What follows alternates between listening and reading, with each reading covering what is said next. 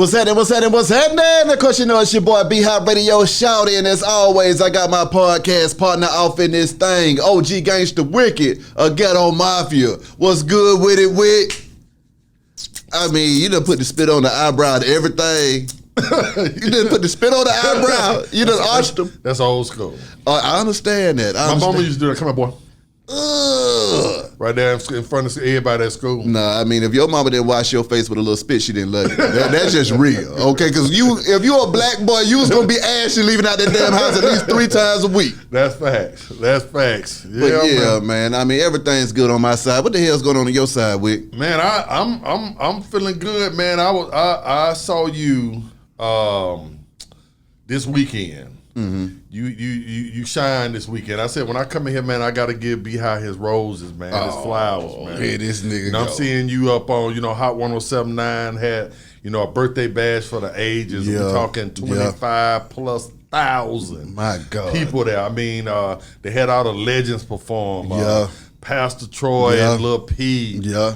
You had Goody Mob hit the stage. The Goody. I'm sitting here looking at,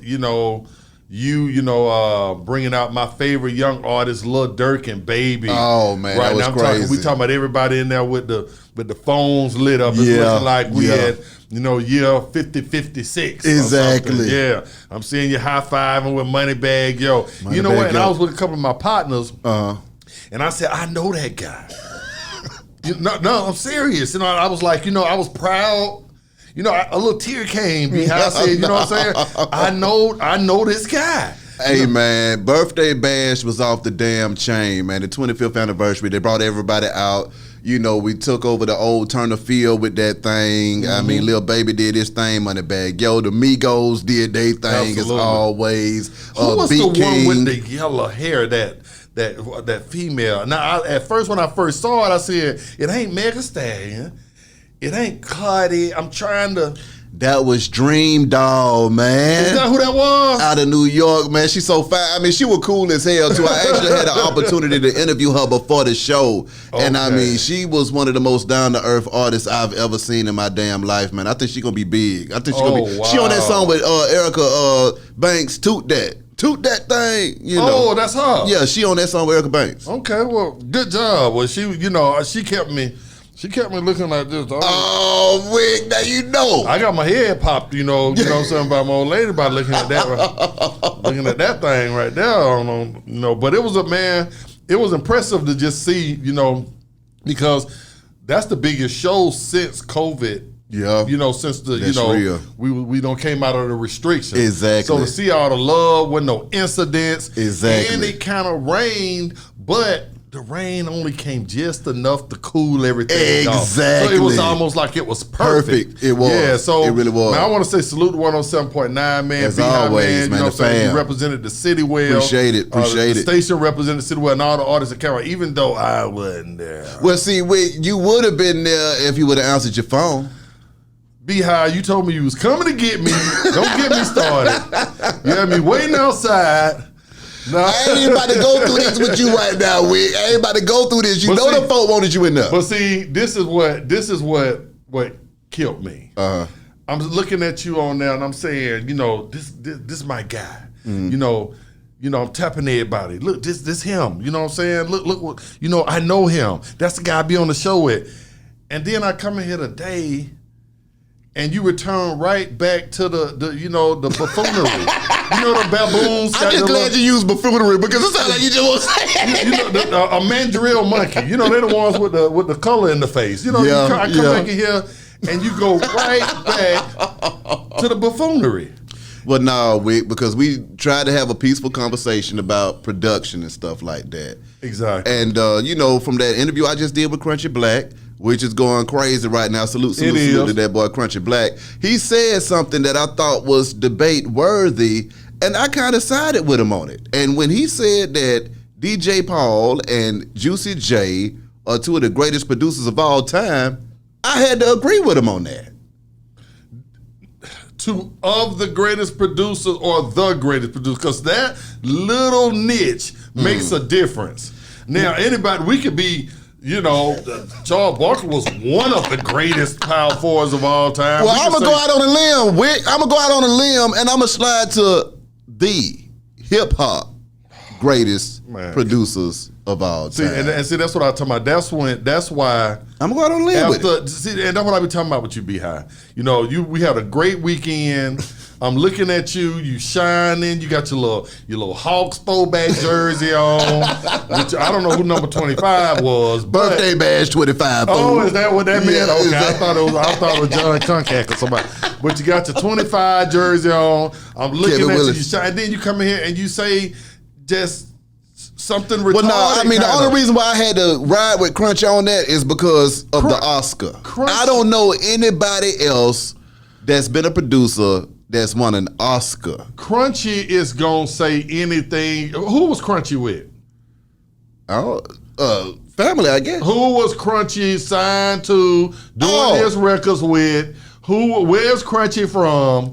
And then that might explain why Crunchy came in here and said what he said. No, I think the Oscar, the platinum plaques that they received, the hit singles that he was on, the shows and the tours that they did from the 90s all the way up until 2020, the music being sampled to this day. I just heard a girl redo Slob on my knob, like corn on the cob. Check in with me and do a job. B-High. What? B-High. I'm talking about classic. I love Juicy J. I don't see they grind from day one. That's Ask right. him about me. Okay. We was out on the road together. 666 Mafia, Ghetto Mafia. Some people don't got them mixed up before. That's right. Matter of fact, girl told me she loved all my songs. She said, I'm your number one fan. Especially the song when you was talking about chicken head. I said, that ain't me. She said, oh, my bad. No, that wasn't you. Tear the club up. Now, when you did that one that week, I said, no, baby, that wasn't me. Oh, man. You thinking a little 666 Mafia. She said, oh, well, I ain't your fan then. But anyway, on a serious note, not to be disrespectful to them, but it's when you say stuff like that, it's very disrespectful to the West Coast. And I'm going to get into that. I'm going to tell you who number one is. But before that, I'm going to get some honorable mentions. Okay, come on with it. First of all, Little John. When you want to say, there's not a club in America, you want to talk about club records, that you can't go in America and not hear 4 or 5 Yin Yang Twin records. Where you think Lil Jon got his sound from, though? To the one, Crunk, 3-6 are the ones, Buck, they the ones who fathered grandfather Crunk, though. In the 80s, he might have hadn't Blue yet.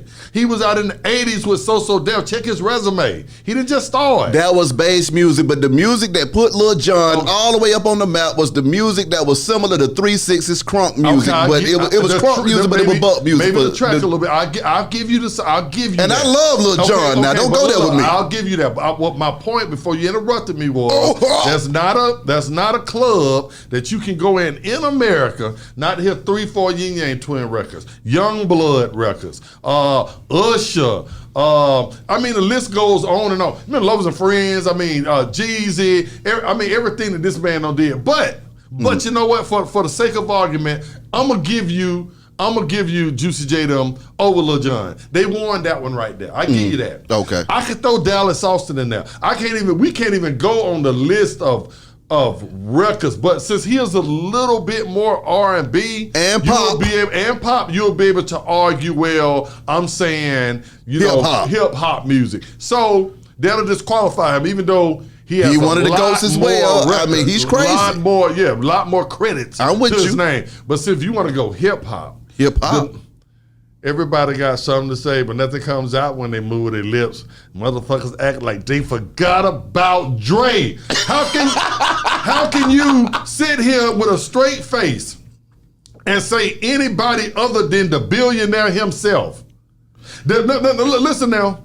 You want to talk about, name some of the artists that Juicy J done produced again? Let's go Project Pat. Let's throw them out there. Well, no. When you talk about Project Pat, we're talking about one of the most influential rappers in the South. Okay. You got so many rappers right now that stole Project Pat's style. Right. Now, Wick, you one of those guys that say Everybody sounds like Ghetto Mafia. Everybody stole our style. Right. Well, they did the same thing to Project Pat Absolutely. too, and they will not give him his credit for running with it. You got some real hardcore lyricists out here that say Project Pat is one of my favorite inspirations. Absolutely. You see what I'm saying? And I agree. I follow the man and everything. Songs like Sipping on Some Scissor. Okay, Sipping on Some Scissor. Yeah, that song is a classic, one of the greatest of all time. But anyway, go ahead. Oh, International Players Anthem. Oh, yeah. I love it.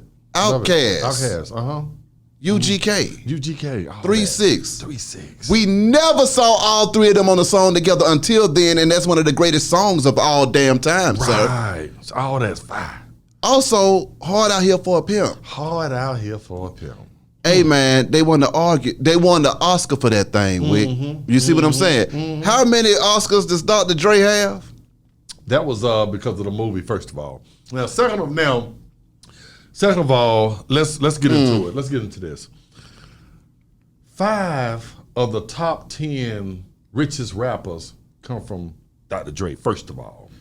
We're talking Tupac, okay? Tupac didn't even like Dr. Dre. He don't matter. How he gonna come for Dr. Dre? He didn't even like him. He went over there cussed him out. He produced the biggest record, the double CD, that sold more than any other double CD in the history of records. Okay. That's one. No. Hold on. Let's go there. Let's go there. You done messed it up now, Wick. He's trying to out-talk me now. No, I ain't trying to out-talk. I got something for that ass now. 50 Cent. Okay, come on with it. He brought out Eminem. Come on with it. He brought out 50. Come on with it. He brought Tupac back. He brought out NWA. This man had an Eazy-E. He was so bad that he had Eazy-E fighting Suge Knight over his production. Eazy was never the same after Dre really left. After Dre left, you talking about 5 of the richest rappers too. Then who was the first billionaire? Who brought you what you got on your head right now? You sit around wearing the man, you hear them for this segment, okay. But I can't afford them damn headphones. You know, be wearing Beats. You understand what I'm saying? The first billionaire. But I do love them headphones. The first billionaire rapper in the game. I think he came a little bit before Kanye. Did he get a little bit? Did he get that billion right before Kanye? Kanye just got his. You know, the first billionaire rapper. I ain't had to do too much. Now, when you responsible for the likes of Ice Cube, who gave us Friday, you want to talk about an Oscar. Let's talk about cult classics. You understand what I'm saying? Fridays and The Wash. You remember the movie The Wash that Dre was in? I recall. You recall. I recall. Wick. Dr. Dre is responsible for the greatest rapper besides Tupac ever that I left out. Snoop Doggy Dogg. If there was no Dr. Dre, there would not be a Dog Father. You know, I'll let you say your piece. That's no argument. Everybody out there, please don't tear your ass with the people. Well, no, I'm about to keep it real. You know, nowadays everybody want to talk like they got something to say, but nothing comes out when you move your lips, Wick.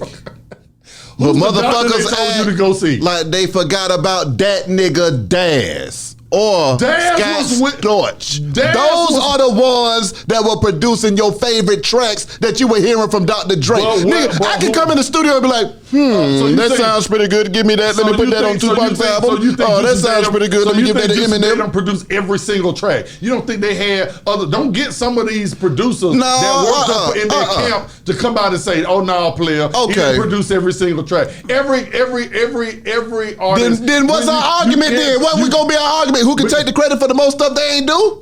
Well, Dre did most of the stuff. Everybody will co-sign. Okay, then why every time they play that new Snoop Dogg song with Dr. Dre and they talking about because he's a billionaire now. No, I'm talking about the man just had a brain aneurysm. I'm talking about the Still Dre song.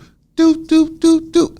I don't never see Dre play that, but I damn sure see Scott Storch going do do do do do do do. Look, we're talking about one little sound. Man, that man, I ain't gonna discredit him. If the man was in the damn studio making all of them hits for Dr. Dre, no, I'm about to take it all the way down. I'm about to give you some Black history. You trying to frame Dre? It's Black history time. With this weak argument talking about one track, somebody making a sound on the track. It's just like Thomas Edison taking credit for the light bulb, but Latimer is the one that made the filament that made the light bulb. Well, who was smart enough to put it out there? That's what matters. And I think that would be Dr. Now, I'm going to say this. When your record sales weren't doing too good, who's the doctor that they told you to go see? Scott Storch and that nigga Daz. That's who I went to go see. Scott Storch and that nigga Daz. Okay. Behind. What you think? I sold them all? Okay. You know, when I say weak ass, you say bitch. Weak ass bitch. I mean, 3 6 Mafia. They got so many hits. Well, I'm going to just be real, man. I just don't feel like it's one of those things in the South where people don't get the credit that they deserve. 3 6 Mafia put out a body of work that's longer than most people. Ain't nobody even put out as much music as they put out. And then also, they just don't get the credit for the jamming and the bumpiness of that music that they put out. Yes, they do get credit, but you don't name everybody on their roster. I didn't even go into Lady of Rage. I didn't even go into Miss Chalet. I didn't even go into, like you say, Daz and Corrupt. I didn't go into none of that stuff. Mac 10. I didn't go into... You want to talk about a list of... They ran the game for 25 years, and you come in here and be so dismissive of Drake and Death Row. Yeah, you come in here being so dismissive of them because right now, the last record, they just did a record. Who you say with Drake? Oh, well, now, 3 6 Mafia, see, that's the whole thing. When it comes to 3 6 Mafia, them boys are still getting platinum plaques right now from the new artists that's out because people are flat. Cardi B just made a big old hit with Chicken Head that they produced. Billionaire. He has, his headphones have sold more than any album they have put out. He sold 20 billion of them headphones. The headphones ain't got nothing to do with producing the tracks that I grew up to that made my childhood excellent, sir. Dr. Dre is the number one. It's no argument. You can ask the people. And then I forgot about the Diggity Doctor, my homie out of Dallas, Texas. And I want to talk about that. I'm gonna say something else. If the D.O.C., which came out in '89, this is for all my Texas people. So I gotta school him. This is my Texas folks, my Cali folks. You know what I'm saying? So I really know music behind. I don't know. I just don't know this side of the country. Ooh. You know, you're good from Tennessee this way. Oh. You know what I'm saying? Let's talk about Tennessee out west. You know what I'm saying? If the D.O.C. in 1989, after he came out and went platinum, first time out the gate. Not even the Ghetto Boys came out and went platinum. Not Pimp C and Bun came out and went platinum. Not 8Ball and MJG came out and went platinum. Platinum. First time out. 3 #1 records. The Formula, Doctor, It's Funky Enough. 3 #1 records. And 2 other records, one went 3 and one went 4. On the chart, had 5 top 10 records on his first time out. 4 months later, he's in an accident. He's out of Dallas, Texas, just in case you didn't know. 4 months later, he has an accident that tears his voice. He crushed his vocal cord. Yeah. I'm going to say it right here to everybody. Had not been for that accident right there, arguably, he would have been the biggest artist. That come out of Texas. Oh. Arguably. When you come out platinum, I told you not even UGK came out platinum. We can't compare to what we know from UGK, what we know from Scarface them. I'm talking about the first time this Face came out with Money and the Power and stuff, or before then. He probably came out something before then. That wasn't platinum, bruh. When the first time Ball and G and Pimp C them came out, Pimp C them was on Jive Records. It wasn't platinum, bruh. They didn't start going platinum and stuff until, like you say, to Jay came in and they kind of switched the stuff up and they got rolling. Jive had them on the back burner for a long time for those first, even Pocket Full of Stone. It didn't go platinum. What you're not about to do is sit in here and disrespect Scarface, D.O.C. I'm Pimp not C, disrespecting and him. Bun B in my face. You're not gonna do it. You're not gonna do Willie D like that. You're not gonna do Bushwick Bill like that. You're not gonna do none of my Texas folks like that. Texas folks gonna tell you that. They're tired of the D.O.C. not getting the credit that he deserves. They're gonna tell you that. They're gonna come on this. He's not getting the credit that he deserves, baby, because he don't deserve it. No, it's because he was in that accident. Had he not been in the accident, I'm not saying that He definitely 1,000% would have been the biggest artist out of Texas, but he wouldn't have been taking a back seat to Pimp C or none of them. I can guarantee Pimp C takes you a back seat to nobody in Texas, sir. And D.O.C. wouldn't either. Pimp C don't take a back seat to nobody in Texas. The man came out platinum, B-High. I'm talking about cultural influence, man. Yes. See, now you want to be statistical. Now you want to be statistical with everything. He came from Texas and went and took, and I ain't talking about just his album. He wrote all that stuff that you like with Easy Does It, this and that. The motherfucking real. He wrote all of it. X Snoop Doggy Dogg, like, I think I heard this from a little bird that looks like you. X Snoop Dogg, who helped him write all his stuff when he was getting started, who gave him the game. Ask Dr. Dre. Ask your boy who you talking about, Daz, and all. Ask him about the D.O.C. If not, did you talking about talent? He wrote for so many different people. Ask Erykah Badu. Ask all these artists out here that's from that side of town. If the D.O.C. had not been the accident 4 months later after going platinum, my God, he would probably, arguably be the biggest artist came out of Texas, and I said it. Ain't nobody ever gonna be bigger than Pimp C in Texas. He would have been. I said it. Ain't nobody ever gonna be.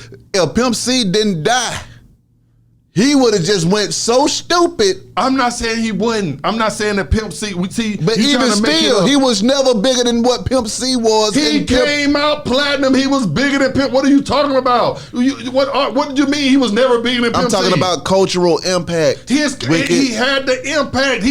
Brett, you don't forget. You probably was a little jit. So I'm probably arguing to a minor. You know what? You know what?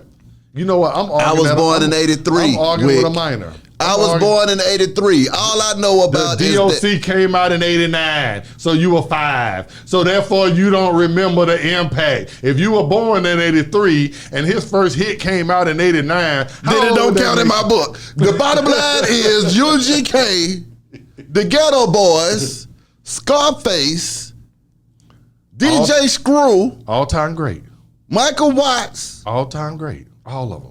How you gonna dismiss? You always talk about somebody being dismissive. How you gonna be dismissive of all of those supposed to tell me that the D.O.C. is the greatest of all time? I didn't say he was the greatest because he never was able to complete it. I said, had he not, y'all, you look, ask the people out there to put in the comment. Ask Texas people. Ask Texas people. They gonna tell it like it what it is. Okay, you got a lot of Texas people out there. You got a lot of Cali people out there. You got people from New Orleans too. They know too. The question is this right here. For real hip hop here, don't come on the post and you ain't never listened to D.O.C. You was born when this guy was born in '88, and the man came out in '89, and you was in Pampas. I was born in '83. If you really know the D.O.C., if this man did not get in that accident and crush his vocal cords, where would he be in the pantheon of rappers from the West Coast? I got to reach out to my podcast partner in Texas right now, man. My dog, Donnie Houston. Donnie Houston, I'm going to need you to hit them comments, man, and I'm going to need you to curate this thing for me, brethren, because we got a real argument going on right now. I'm looking for his comment. Like I said, the Diggity Doc, which went out there, took over NWA, wrote most of the hits out there. He got hit songs that you love right now, the D.O.C. All that Eazy-E stuff, the D.O.C. wrote it. A lot of that NWA stuff that's so classic. Remember, didn't NWA have a movie? Well, guess who wrote a lot of those songs that was on that movie? It's a guy from Texas. Well, I'm going to put it to you like this, Texas. man. Yeah. UGK saved my life. See, you talking about the Burn saved my life. The Pimp saved my life. The D.O.C. ain't saved my life. Because you were in Pampers. You don't remember his greatness with the long black trench coat. Yeah! And that guy, talk about Flavor Flav? Yeah, boy! You're so disrespectful. Hey man, all my D.O.C. fans out there, y'all get on them. Doc, what's happening? You know what I'm saying? We showing love. You know what I'm saying? We know you'd have been the greatest. I know you'd have been the greatest. Don't mind B-High. Well, I rock with the Doc. I rock with the Doc. I rock with Dr. Dre too, man. I rock with all them boys. But what I will say is that 3 6 Mafia, DJ Paul and Juicy J are the greatest producers of all damn time. I'm also going to say nobody out of Texas is bigger than UGK. Is bigger or would have? I see you keep saying is. I don't care about all this would have. That's just like these little NBA players. He would have been so good if he would have made it to the NBA. I don't give a damn. And here's mine. No producers is bigger and had a bigger impact than the music that Dr. Dre, who carried us for 30 years almost. I mean, there was no bigger record. The Chronic. I can go on 50 Cent records, Eminem, NWA, Eazy-E. All those records, all that great music. I ain't talking about the Mr. Laser, Ladies of Rage, all that stuff. So that's my number one producer. And I will say, if the D.O.C. had not been in that accident, he would not be taking a backseat to now rapper out of Houston, Texas. He may, in fact, have been the biggest to come out of the state. Y'all check me if I'm wrong. Down in Houston, I'm gonna need you to show up on this one, boss. I'm gonna need you to show up on this one.